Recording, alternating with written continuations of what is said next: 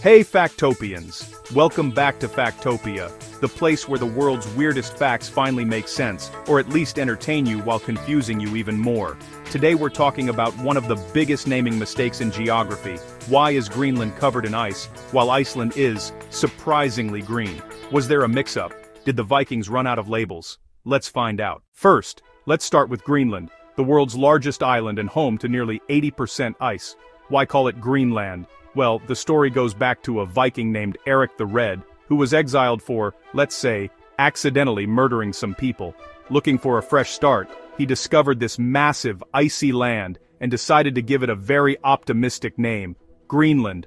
Why? Marketing. He wanted settlers to join him, and calling it Iceland 2.0, now with more misery, probably wouldn't attract many visitors.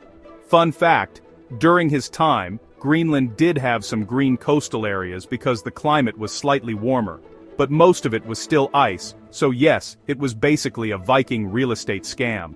Now let's talk about Iceland, the smaller island that's not as icy as its name suggests.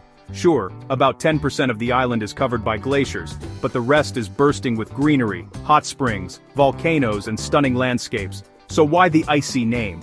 According to some legends, another Viking, Floki Vilgerdarsson, had a terrible time when he arrived. It was cold, his animals died, and when he saw ice floating in the fjords, he said, "Yep, Iceland, that's the name." Kind of dramatic, but he wasn't wrong, it was icy, at least for him.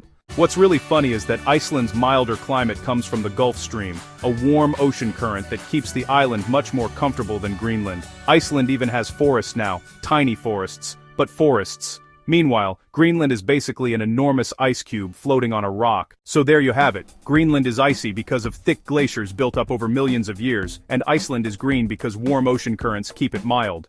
And the names? Well, blame the Vikings. These guys could sail across oceans but apparently failed Geography 101.